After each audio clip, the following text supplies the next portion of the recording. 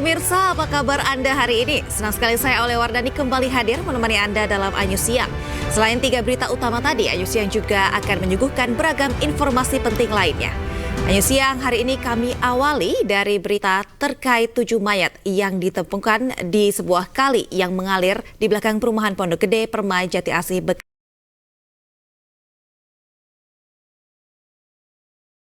Bekasi, Jawa Barat. Jasad tersebut ditemukan selamat pagi, Minggu, tanggal 22 September. Warga menemukan jasad mengapung di aliran sungai yang berlumpur. Sejumlah warga mencoba mendekati jasad-jasad tersebut. Semula warga mengira hanya terdapat 6 jasad yang mengapung di permukaan, namun saat evakuasi oleh petugas BPBD setempat, petugas menemukan 1 jasad hingga menjadi 7 jasad. Belum diketahui penyebab kematian dari ke-7 jasad ini, namun diduga sementara karena terbawa arus. Tanggal 22 September. Pagi rekan-rekan semua, Assalamualaikum warahmatullahi wabarakatuh. Jadi pada hari ini Polres Metro Bekasi Kota menerima laporan penemuan mayat sejumlah 7. Informasi awal diketahui oleh salah satu warga sekitar pukul 6. Kemudian ditemukan itu ada di sekitaran aliran sungai dari jam 6 sampai dengan tadi jam 8 tadi penemuan mayat tersebut. Kemudian selanjutnya untuk jasad kami kirim ke Rumah Sakit Kramat Jati untuk diketahui kira-kira identitas korban seperti apa. Kemudian juga anggota masih menelusuri informasi saksi yang ada di TKP maupun untuk proses lebih lanjut lagi. Sementara mungkin itu. Untuk laki-laki semua. Apakah ada luka-luka yang lain? Tidak ada tanda-tanda. Mayatnya itu mengumpul di satu tempat? Tidak. Kan ada tadi ditemukan awal ada 2 yang di ujung, kemudian 3 yang di tengah, dan terakhir ada sampai yang 2 yang di ujung. Remaja semua, Pak? Sekitar umur ini. Identitasnya tidak ditemukan. Itu yang akan kami cek melalui database yang ada untuk identitas korban tersebut. Ya, polisi masih menyusuri kali, Pak. Masih. Kepolisian untuk mengetahui kira-kira dia disebutkan dari mana. Pak, udah ketahuan lokasi rumah korban di Sarawak? Belum, kan identitas korban belum diketahui sampai sekarang. Pak, diduga tauran? Korban tawuran? Itu dari salah satu keterangan saksi yang harus kita konfirmasi lagi. Seperti apa nanti? Seperti apa, Pak? Kalau dari warga kamu, Pak? Kenapa? Kesaksiannya seperti apa, Pak? Saksi masih kita konfirmasi dulu di Polsek. Ya. Kesaksian warga gitu, Pak? Baru atau kemarin atau gimana, Pak? Untuk diketahui kan dari rumah sakit, dari dokter yang menentukan kira-kira meninggal berapa lama, itu diketahui dari rumah sakit hasil pemeriksaan. Ada memang katakan tidak. Lukanya di mana aja? Tidak ada. Untuk usia, Pak? Usia belasan. Pak, paling jauh jasad ditemukan di area berapa meter dari titik ini, Pak? Tadi ada yang di kerungan tadi, yang paling jauh. Posisinya bertumpuk atau berjajar, Pak? Tidak. Pas sudah ada pihak warga yang datang untuk mengenali gitu, belum Pak? ada. Atau dari laporan warga? Belum ada keluarga korban yang mencari. Ada dugaan? Sementara kan tidak diketahui, tidak ada di saku di badannya tidak diketahui ada identitas. Itu yang akan kita cari dan kita ketahui untuk identitas. Ada dugaan ini bukan warga Bekasi atau? Belum tahu, nanti kita pastikan. Hanya saja atau masih dilakukan penyisiran? Saat ini untuk tim SAR masih melakukan penyisiran dari aliran kali tersebut, apakah masih ada ditemukan atau tidak. Masih dilakukan penyisiran sama tim SAR sekarang. Itu menggunakan pakaian apa? Baju biasa. Dari kaos biasa ya, Pak? Ya. Berarti itu 7 jenazah itu ya? Ya, nggak ada luka, Pak? tidak ada. Pemirsa, Irfan Ardiansyah saat ini sudah berada di aliran Sungai Kali Bekasi untuk informasi terkini dari penemuan 7 jenazah. Selamat siang, Irfan. Bagaimana informasi di sana saat ini?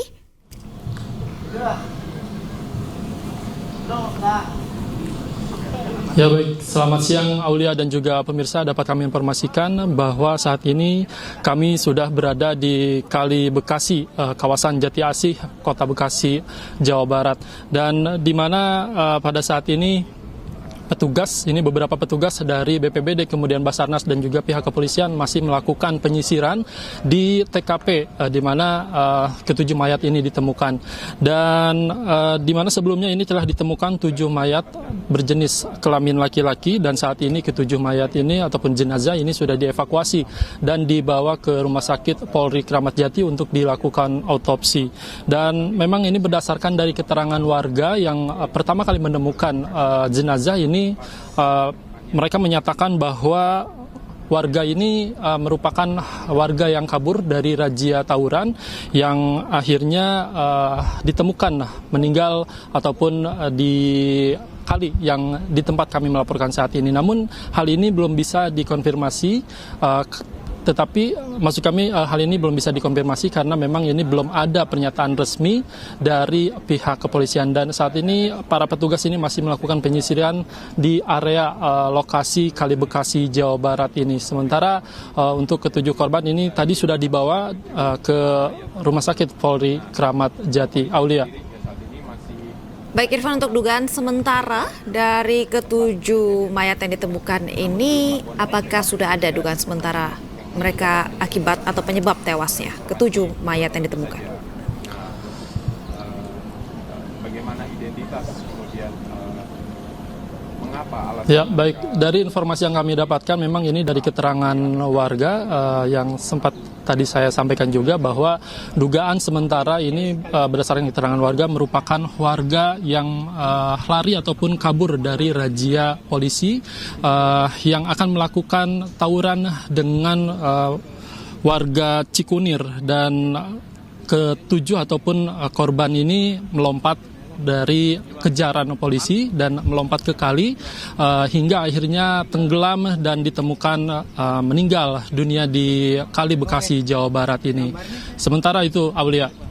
Terima kasih Irfan atas laporan Anda langsung dari lokasi kejadian ditemukannya ketujuh mayat di Kali Bekasi.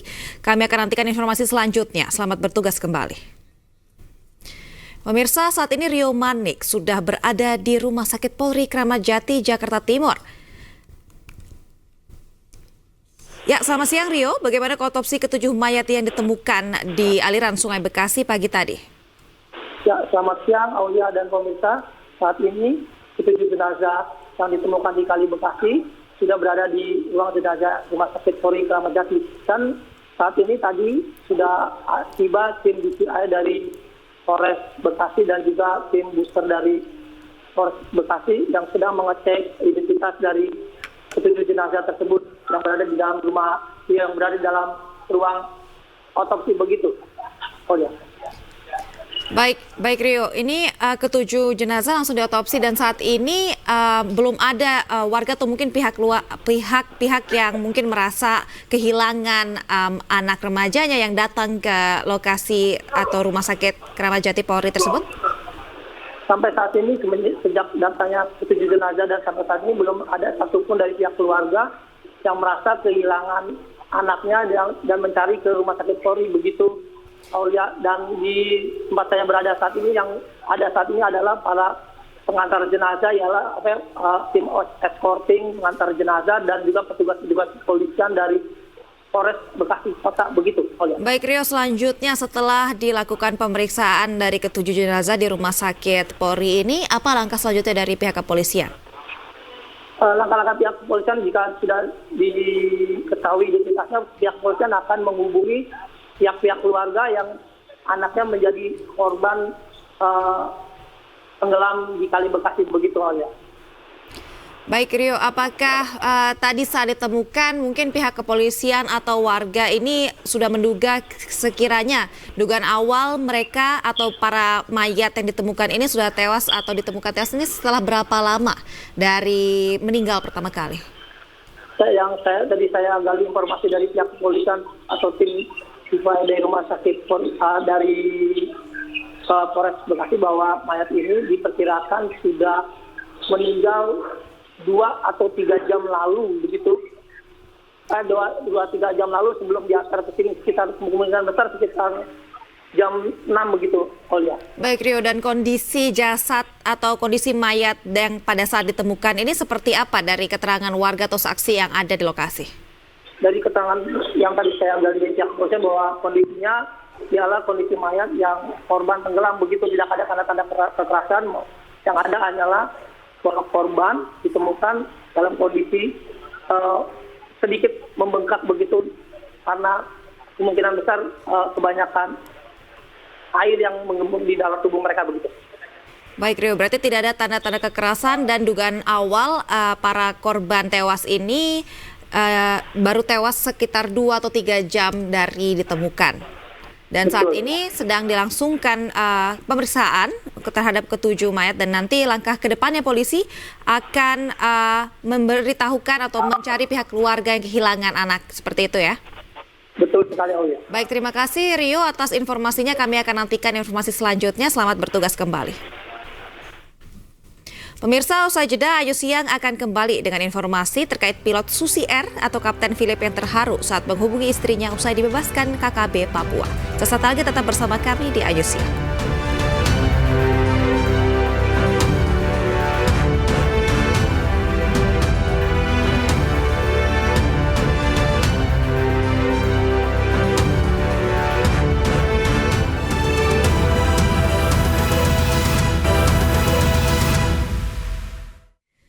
Anda kembali di Ayu Siang pemirsa, pilot Susi Air Kapten Philip terharu saat menghubungi istrinya usai dibebaskan oleh KKB Papua. Presiden pemilik Susi Air hingga Menlu Selandia Baru mengungkapkan kelegaannya.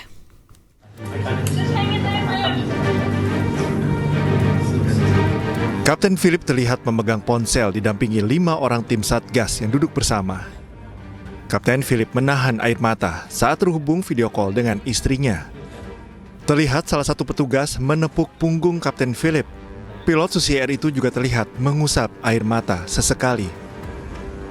Kapten Philip dibebaskan oleh Satgas Damai Kartens Gabungan TNI Polri di Kampung Yugura, Distrik Maibarok, Kabupaten Duga, Papua. Kapten Philip juga akan melakukan mitigasi medis dan memastikan kondisi psikologis pilot Philip dalam keadaan stabil.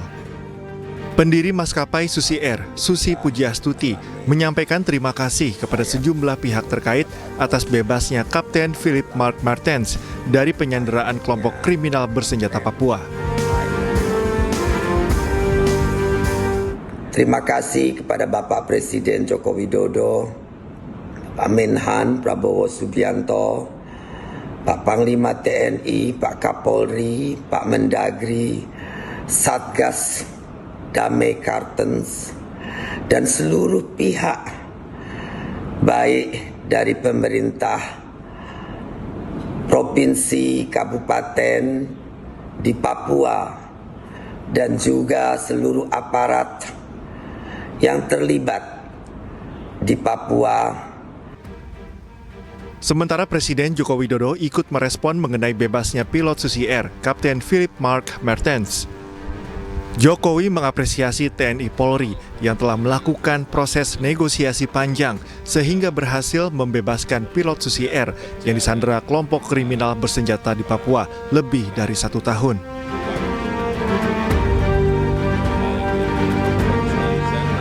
Ya, ini kan proses negosiasi yang sangat panjang dan kesabaran kita untuk tidak melakukan dengan represif, sehingga yang kita prioritaskan adalah keselamatan dari pilot yang disandera. Menteri Luar Negeri Selandia Baru Winston Peters lega atas bebasnya pilot Susi Air Philip Mark Martens. Peters juga memuji seluruh pihak yang terlibat dalam pembebasan Martens di tengah situasi yang terbilang cukup rumit. Well, after 594 days of the capture of him, we've got him free, and I have to say it's enormous relief, and his family will be absolutely over the moon, I believe. And also we want to thank the media for unusually not saying a thing on the critical months and months and months of work, so that we in the end have been successful. So he's in Timika in Papua right now, but he's off to Jakarta very, very soon to be reunited with his family. Sebelumnya, Satuan Tugas Operasi Damai Kartens, Gabungan TNI Polri berhasil membebaskan pilot Susi Air. Usai dibebaskan, Kapten Philip dibawa ke Posko Operasi Damai Kartens 2024 di Makobrimob Batalion B Timika untuk konferensi pers. Kapten Philip menyampaikan dirinya dalam kondisi sehat dan berterima kasih kepada seluruh pihak yang membebaskannya. Tim Liputan iNews melaporkan. Pemirsa, pilot Susi Air Kapten Philip akhirnya dibebaskan. Pembebasan dilakukan dengan negosiasi panjang dengan melibatkan banyak pihak.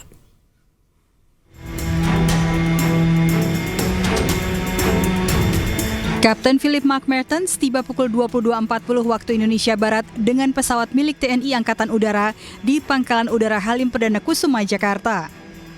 Kapten Philip turun dari pesawat disambut dengan karpet merah langsung menuju ruangan VVIP.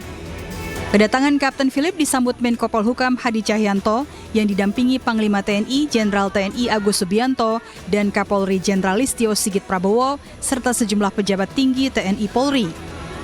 Kapten Philip telah diserahkan kepada Kedutaan Besar Selandia Baru. Menko Polhukam menjelaskan pembebasan Kapten Philip karena kerja keras sejumlah pihak dengan negosiasi panjang. Pihak KKB Papua tidak meminta imbalan untuk membebaskan Kapten Philip. Tentunya proses pembebasan ini adalah hasil kerja keras kita bersama, dan kita patut bersyukur bahwa pilot Kapten Philip saat ini sudah kita serahkan kepada Duta Besar Selandia Baru dan seluruh tanggung jawab sudah berada di Bapak Dubes Selandia Baru. Tidak ada yang mereka minta, kita hanya pendekatan secara persuasif. Philip Mark Mertens dibebaskan kelompok kriminal bersenjata pimpinan Egyanus Kogoya setelah 19 bulan menjadi sandera. Philip diterbangkan dari Timika dengan pesawat milik TNI Angkatan Udara Sabtu sore sekitar pukul 15.30 waktu Indonesia Timur. Kapten Philip menyampaikan dirinya dalam kondisi sehat dan berterima kasih kepada seluruh pihak yang telah membebaskannya. Hello everybody, today akhirnya saya sudah keluar lagi. Saya senang sekali saya sudah bisa stand up pulang dan keluarga saya lagi. Terima kasih semua orang yang bantu dengan hari ini dan saya bisa keluar dengan kondisi yang aman dan sehat. Terima kasih banyak semua. Sebelumnya, Satuan Tugas Operasi Damai Kartens Gabungan TNI Polri berhasil membebaskan pilot Susi Air Kapten Philip Mark Mertens dari kelompok kriminal bersenjata di Kabupaten Nduga, Papua. Tim Liputan iNews melaporkan.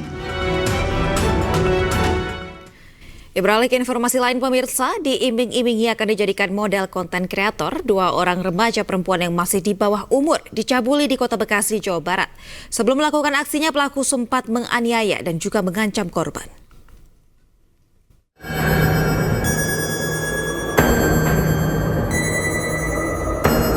FR, seorang YouTuber, hanya bisa tertunduk malu saat ditangkap usai melakukan aksi bejatnya mencabuli 2 remaja di bawah umur di Kota Bekasi, Jawa Barat.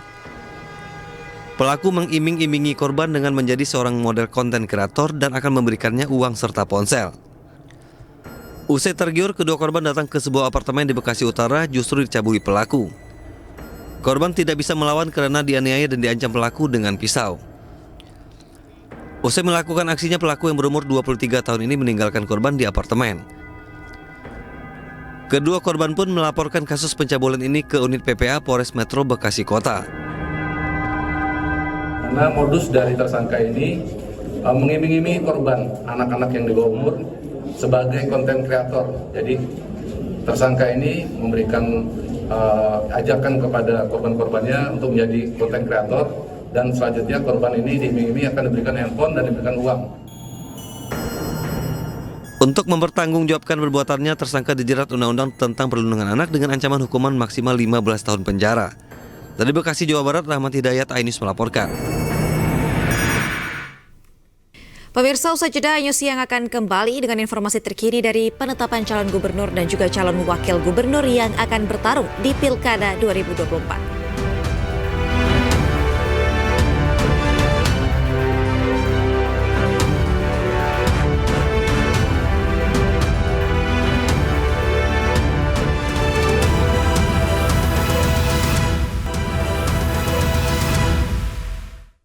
Anda masih di News Siang pemirsa. Komisi Pemilihan Umum DKI Jakarta dan sejumlah daerah akan menetapkan pasangan calon gubernur dan juga wakil gubernur hari ini. Rencananya penetapan pasangan calon dilakukan di kantor KPU DKI Jakarta Pusat usai rapat internal KPU. Begitupun dengan kegiatan pengundian nomor urut pasangan calon yang akan digelar Senin lusa. Pasangan calon tidak wajib hadir pada saat penetapan, namun wajib hadir di pengundian nomor urut.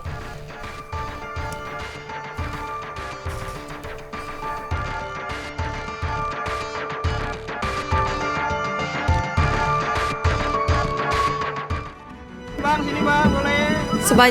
Sebanyak 3 pasangan telah resmi mendaftar ke KPU DKI Jakarta. Adapun 2 pasang cagup dan cawagup maju dalam kontestasi Pilkada serentak 2024 dengan diusung partai politik, yakni Pramono Anung Rano Karno yang diusung PDI Perjuangan dan Partai Hanura, serta Ridwan Kamil Suswono yang diusung oleh belasan partai.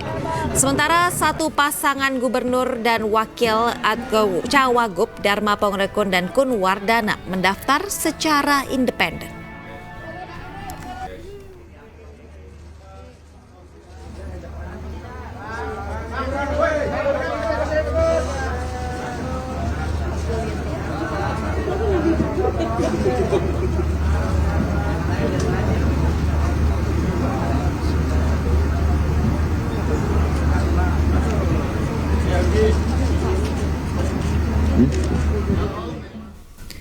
Ya, pemirsa, kita beralih ke informasi lain. Ini diiming-imingi akan dijadikan oleh model konten kreator 2 orang remaja perempuan yang masih di bawah umur dicabuli di Kota Bekasi, Jawa Barat. Dan sebelum melakukan aksinya, pelaku ini sempat menganiaya dan juga mengancam korban.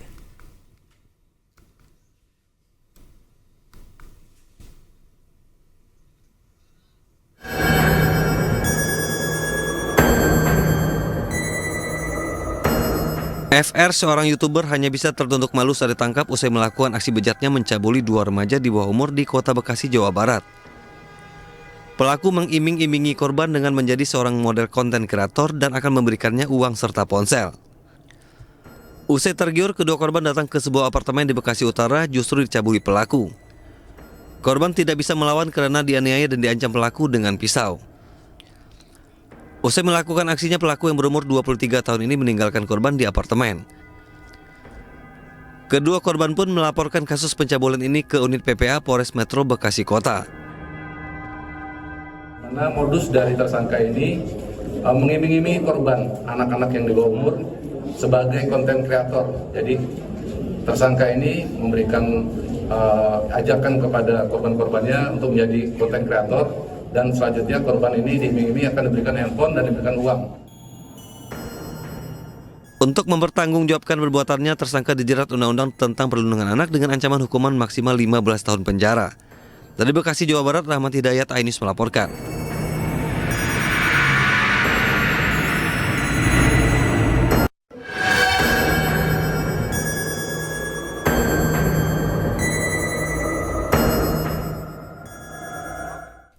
Pemirsa, bakal calon gubernur Jakarta Ridwan Kamil berkunjung ke Masjid Istiqlal Jakarta Pusat pada Sabtu pagi.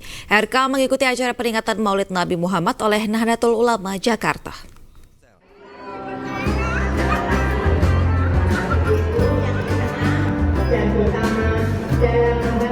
Ratusan jemaah Nahdlatul Ulama mengikuti peringatan Maulid Nabi di Masjid Istiqlal Jakarta. Acara ini turut mengundang tokoh publik diantaranya ulama Gus Muwafiq dan bakal calon gubernur Jakarta Ridwan Kamil. Bagi RK, pertemuan ini untuk silaturahmi dengan jemaah NU. Di hadapan jemaah NU, RK juga mengenang dirinya sebagai sosok cucu Panglima Hizbullah NU yaitu Kiai Haji Muhyiddin. Selain itu, RK mengaku mendapat nasihat soal konsep bernegara dan kepemimpinan yang penuh penderitaan serta cobaan yang harus dilalui masyarakat. Silaturahmi aja, kan saya keluarga besar juga Nahdlatul Ulama, kakek juga ulama NU, dinasehati Gus Muwafiq tentang nilai-nilai Rasulullah kan, sebagai bekal dalam takdir kita masing-masing, apalagi tentang konsep bernegara, konsep kepemimpinan yang penuh penderitaan dan cobaan yang harus dilalui, dan tentunya jadi bekal moral saja ya. RK juga menambahkan kehadirannya dalam acara ini tidak ada maksud lain selain hanya sebagai tamu yang diundang untuk merayakan Maulid bersama Jemaah Nahdlatul Ulama. Dari Jakarta, Syahreza Zanski, Rama Romadona, iNews melaporkan.